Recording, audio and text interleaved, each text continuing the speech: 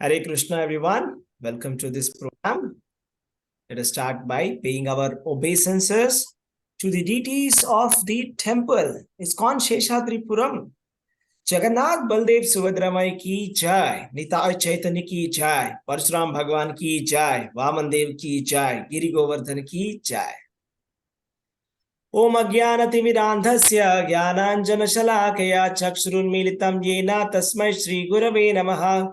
Nama Om Vishnupadaya Krishna Prasthaya Bhutale Srimate Bhaktivedanta Swaminiti Namine Namaste Saraswate Deve Gauravani Pracharine Nirvishesha Shunyavadi Paschatya Deshatarine Jai Shri Krishna Chaitanya Prabhu Nityananda Shri Advaita Gadadhara Shri Vasadi Gaura Bhakta Vrinda Hare Krishna, Krishna Krishna, Hare Hare, Hare Rama, Rama Rama, Hare Hare. Hare Krishna. So we are doing chapter number 10 and today's verse is 27.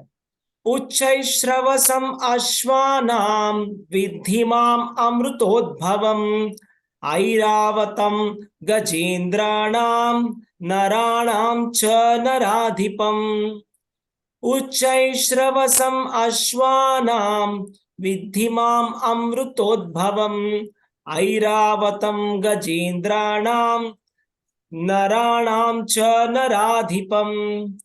Of horses know me to be Ucchaisrava, produced during the churning of the ocean for nectar. Of lordly elephants I am Airavata, and among men I am the monarch. So Lord Krishna, he is describing about his opulences in this chapter. And in this verse particularly, he is speaking about Ucchaisrava and Airavata and monarch. That is 3 opulences. So he's saying, among the horses, I am the celestial horse called Ucchaisrava. And among the elephants, I am Airavata. And among humans, I am the monarch or the king. So let's just try to understand it in more detail.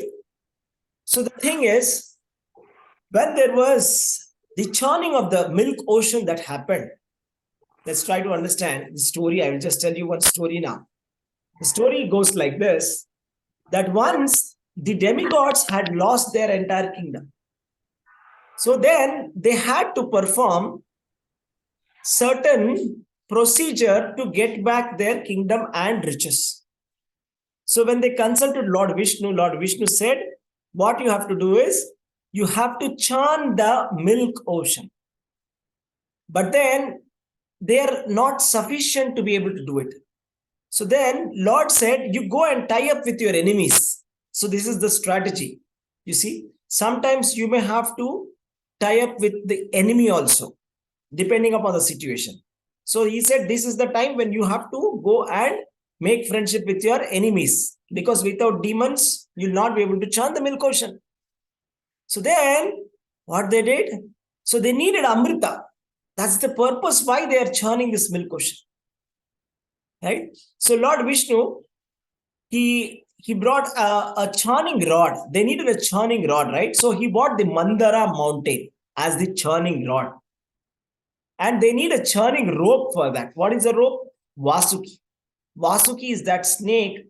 It's a very, very, very gigantic snake, which is worn by Lord Shiva. They brought that snake. And then they placed that mountain in the ocean and they used Vasuki as the churning rope. But then they needed some kind of a support for that mountain. So then Lord Vishnu took the form of Kurma Avatara, or a tortoise. And he was bearing the weight of that Mandara mountain. And on one side were the demons, on the other side were the demigods, and they were both churning this Vasuki snake. And for Kurma Avatar, it was not troubling him. It was very nice. It was a nice itch for him. Just like when we have a nice itch, when somebody scratches our back, we feel very nice. Like that, Kurma Avatar was enjoying it. And what happened was, First the poison came and Lord Shiva consumed that poison. And then Dhanvantari came. And then finally Amrita came. So this Amrita, the demons stole that Amrita and they started fighting amongst each other that I will drink, I will drink, I will drink. Amrita will make one immortal. So at that time, Lord takes the form of Mohini Murti, a very beautiful lady. And then she seduces all those people, demons. And she very tactfully takes that Amrita and she nicely speaks and says, I will give it to the demigods. And then that is how Lord will distribute the entire Amrita to the demigods. So as a part of this churning process, what happened is, there was a horse that came. That is called as the Ucchaisrava. Ucchaisrava is not an ordinary horse. It has got an extraordinary speed that surpasses any ordinary horse. So it can travel vast distances at a blink of an eye. As swift as wind, unparalleled speed and efficiency. And in strength, it had immense strength, symbolizing the power of the demigods, right? And it can carry great burdens. And it was very beautiful. It looks very white, very aesthetic. This is Ucchaisrava, right? So therefore, Krishna is saying, among the horses, I am Ucchaisrava. So Krishna is superlative degree. In whatever the best that is Krishna. That is Krishna's opulence, because Krishna is the superlative degree of anything in this universe. So the next one, Krishna said, Airavatam Gajendrana. So what is this Airavata? Airavata is the elephant carrier of Indra.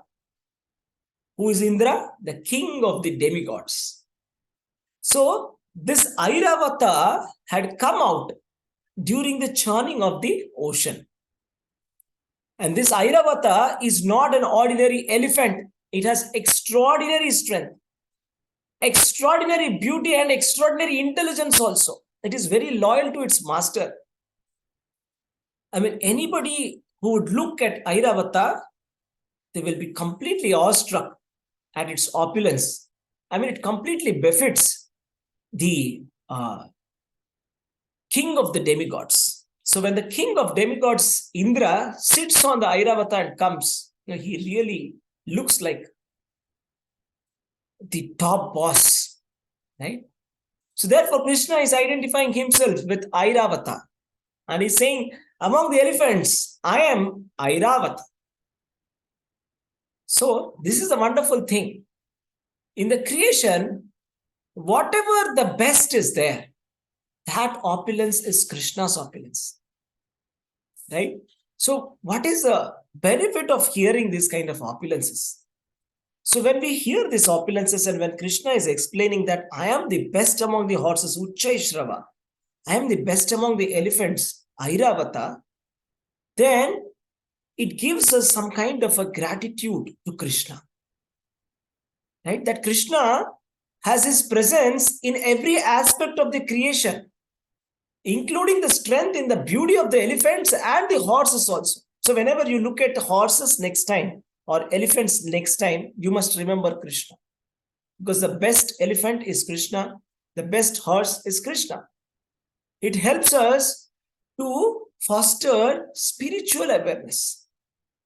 This is Krishna consciousness. To be able to see Krishna in every aspect of nature. And to nurture compassion and empathy towards living beings. That every living being has divinity within it. So Krishna as Paramatma is present in every living being. So that is how it enhances our devotional practice. Because we are able to see Krishna everywhere and we are able to appreciate that. So in the next line, Krishna says that I am the monarch among human beings.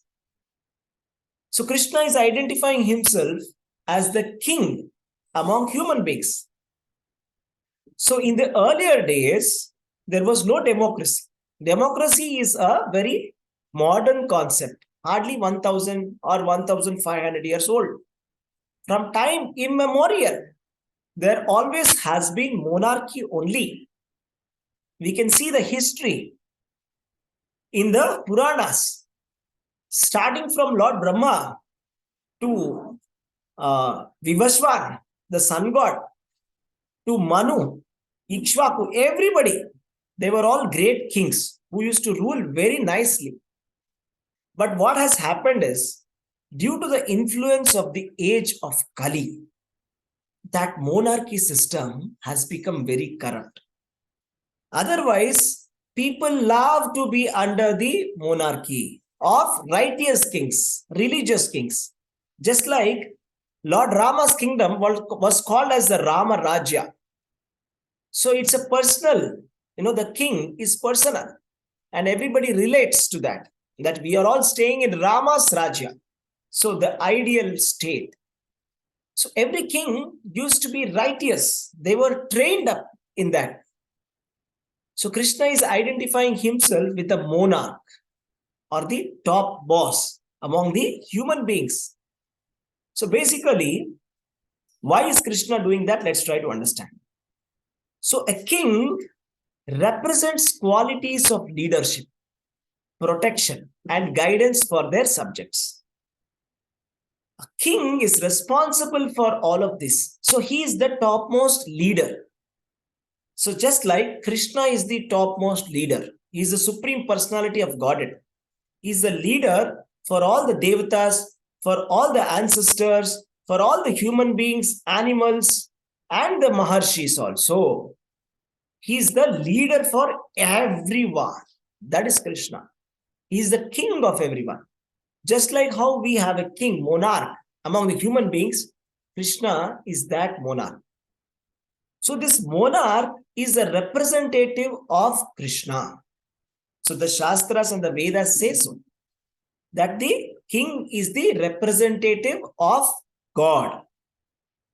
Right? And the king, inside the king's heart, Krishna is present. And he is actually guiding their duties and responsibilities. Correct? So that is how Krishna is actually maintaining all of us. So if somebody asks a question, how is Krishna maintaining me? This Krishna is maintaining us through the government. So whether it is democracy or monarchy or communist or dictatorship, it doesn't matter. The topmost leader is Krishna. Or the topmost leader is the representative of Krishna. He's not Krishna, but the representative of Krishna. Whoever he may be, whether we may like him, we may not like him. But he is indeed a representative of Krishna. Because that king is taking care of all the welfare of the subjects. He is giving protection to all the subjects. Is it not? The king takes the decisions on policies. And one policy can change millions of lives. So that is the power that a monarch has got. And the monarch has got the power to punish. And if the king decides, he can punish anybody, even up to death sentence. So he's like Yamadharma Raja. He's like the wind. He's present everywhere. Through the spies, the king knows what everybody is doing. So at least the spy network used to be very efficient. In the ancient Sanatana Dharma kings, the spy network is so efficient that any movement in any part of the country, they will know. Not only within their country, but outside their country, they will have spies who are disguised as common men, whom they will plant. And these people will be acting as normal people, and they will be hearing, recording each and every moment. So if somebody comes to the court and says, "Dear sir, this person has cheated me," the spies would have information. Who is correct and who is wrong. So the king would have already known what is the judgment. So like that, it is not possible to cheat the king because his spy network will be so powerful. Right? And he used to be having the supreme powers. to take any kind of decision. Right? It has happened so many times in the past. When the Britishers had come, so many people lost their lands. It's a fact.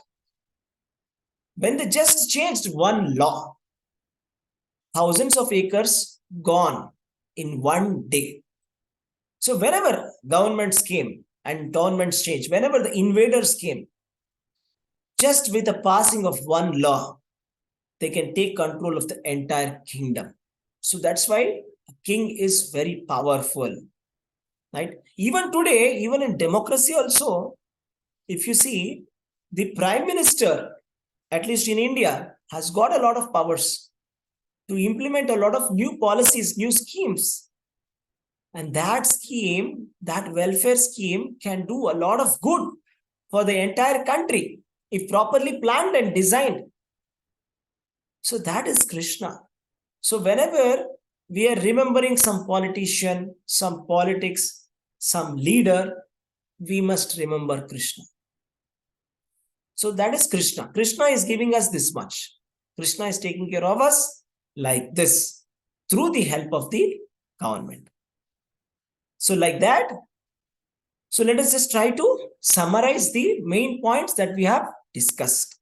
So what we have seen in today's class is that Krishna first said that among the elephants, he is Airavata. Right? And among the horses, he is Ucchaisrava horse. Right? And among the human beings, he is the king. So this is given by Krishna for us to deepen our understanding about him and appreciate his presence everywhere. So that's the purpose of Krishna summarizing these opulences. So that we are able to remember Krishna at every moment. So that was the question asked by Arjuna, no? Oh my dear Lord, how can I remember you every moment? Please tell me your opulences. Then Krishna said, it is not possible for me to tell my opulences. I have so many opulences that I cannot list it now, at least in this time frame. It is unlimited. That's not possible at all for God to tell about his opulences because he's unlimitedly expanding his opulence. So he says, okay, I will explain some key opulences by the help of which you will be able to understand who I am. So this is the purpose of Bhagavad Gita, to understand the supremacy of God, that there is a divine person behind the creation who is running the entire universe. And to remember him, how to remember, that also he has to explain. That is explained by Krishna. So whenever we look at something very beautiful, extraordinarily opulent, and you look at the beautiful horse, remember Krishna. When you look at the wonderful elephant, remember Krishna. When you look at the king or the administrator, remember Krishna. So this is the injunction of the Vedas. There are only 2 rules in the scriptures. And all the other rules are the servants of these 2 rules. You know what are these rules? Always remember Krishna. Always remember God. And never forget God. Never forget Krishna. So these are the 2 rules that we have to remember in life. And everything else is just a servant of this rule. Hare Krishna, Krishna Krishna, Hare Hare, Hare Rama, Rama Rama, Hare Hare. So you can reflect on this verse. And if you want to share your thoughts or experiences relating to this, you can say Hare Krishna. Thank you very much for joining.